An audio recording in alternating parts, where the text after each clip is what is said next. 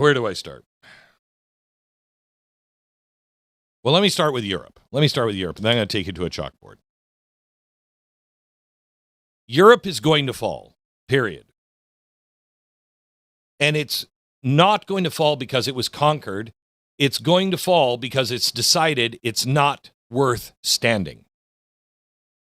NATO is worthless. It exists as a press release more than a deterrent.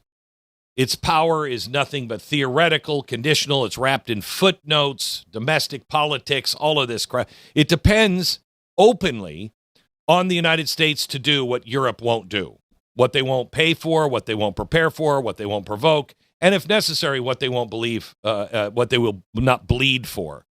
And I'm not bleeding for anybody else. And this is nowhere as clear as it is in Great Britain, especially today. Britain now speaks the language. I mean, I think this is the nation of Winston Churchill that used to speak with resolve. Now their language is all international law and managed transition. That's really important. Managed decline and managed transition. And they're giving up strategic ground here, not because they have to, but because they don't believe it should carry the moral weight of power anymore. Let me tell you about Diego Garcia. Diego Garcia is one of the most strategic bases in the world. Diego Garcia is equidistant. It's in the middle of the ocean, equidistant from the Middle East, East Africa, India, Pakistan, Southeast Asia, and Western China. You can strike any of our foes in this area without flyovers because it's out in the ocean. It's not easy to get to. We have everything staged there in case there's a problem with Taiwan, in case there's a trouble with, Japan or South Korea or in the Persian Gulf. This is where our aircraft carriers are stored. This is where our nuclear submarines sit. I mean, it is a deep water port. And it's strategic. You can strike anything at any time from this location. And it doesn't have a host nation. There is no government. It's just this little spot of land that we made into an Air Force base and a naval base. And so there's no protests. There's nothing. Okay? It's just pure position of power. Airbase, deep water port. It's pre-positioned for wars. It's listening station. It has our nukes. It watches for nuke launches from China, North Korea, Iran.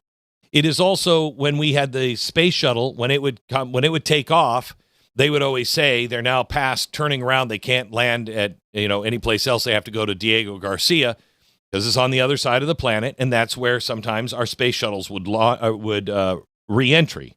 So it is important for space as well. Most importantly, it is the strategic point for all of international shipping.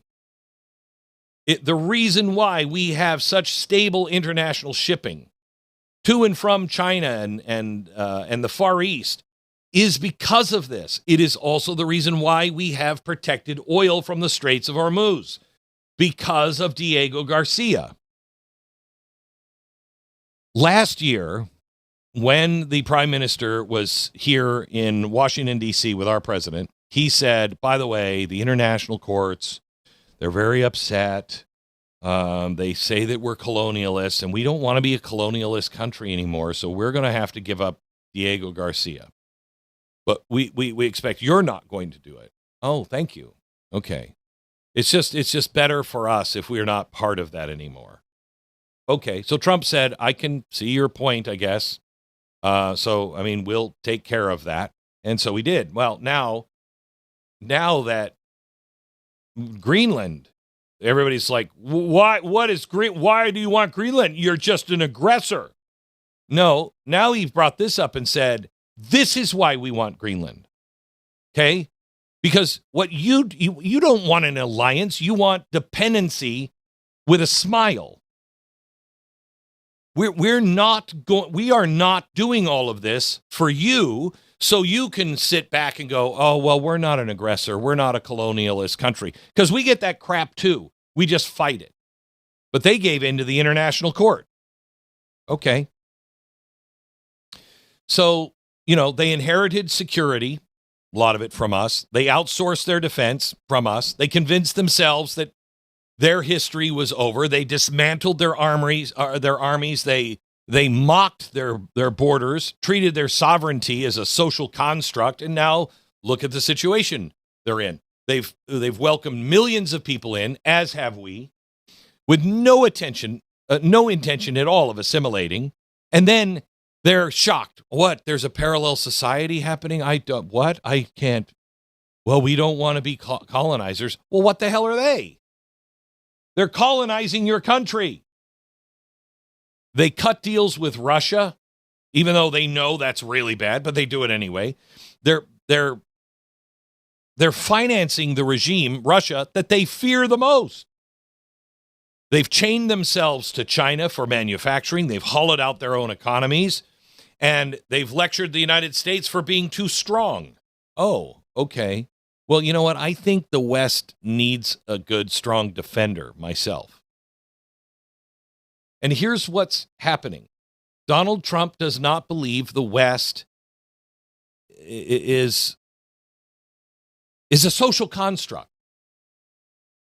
He believes it as a civilization. He believes it is something that has been good. And he believes that it's worth defending. But it'll only be defended by people who are willing to bear the cost. And Europe is not. Let me tell you, really, seriously.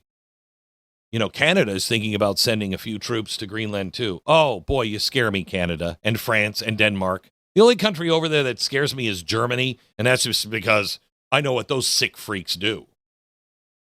Everybody else, oh, wow, you're really frightening. You're really frightening. I don't want to take it. I don't want to send planes to Greenland. I'm not for any of that. I don't want war. I don't want any of it. I would like to buy it. I'd like to do a treaty. But Donald Trump, I am telling you now, he sees war on the horizon. And not a war that he is causing, a war because all of these countries are collapsing. I've been talking about this for almost 20 years. The last stage is war because that's how you change governments, currency, and borders. So what America should be asking itself right now is whether or not NATO is going to survive. Is NATO going to survive? Is it going to survive? Is Europe going to survive? Are they doing the things to make themselves stronger? Or are they just a bunch of nations that just give speeches and resolutions? Because the world will once again measure things the way it used to measure things. Who showed up? Who paid? Who acted? Who bled? Who died? And who hesitated? Right now, Great Britain and much of Europe are signaling something I think very unmistakable. They expect the United States to stand alone again while they preserve comfort, avoid confrontation, and hope history grants them one more exemption. But it's not going to. It's not going to. History doesn't grant exemptions. It doesn't. It only tests resolve. And they have no resolve to stand and be who they were born to be. This is the craziest thing I've ever heard. When I got up this morning and I saw in the news, Diego Garcia is trending. I'm like, for what? I look into it and they're giving it up. They're what?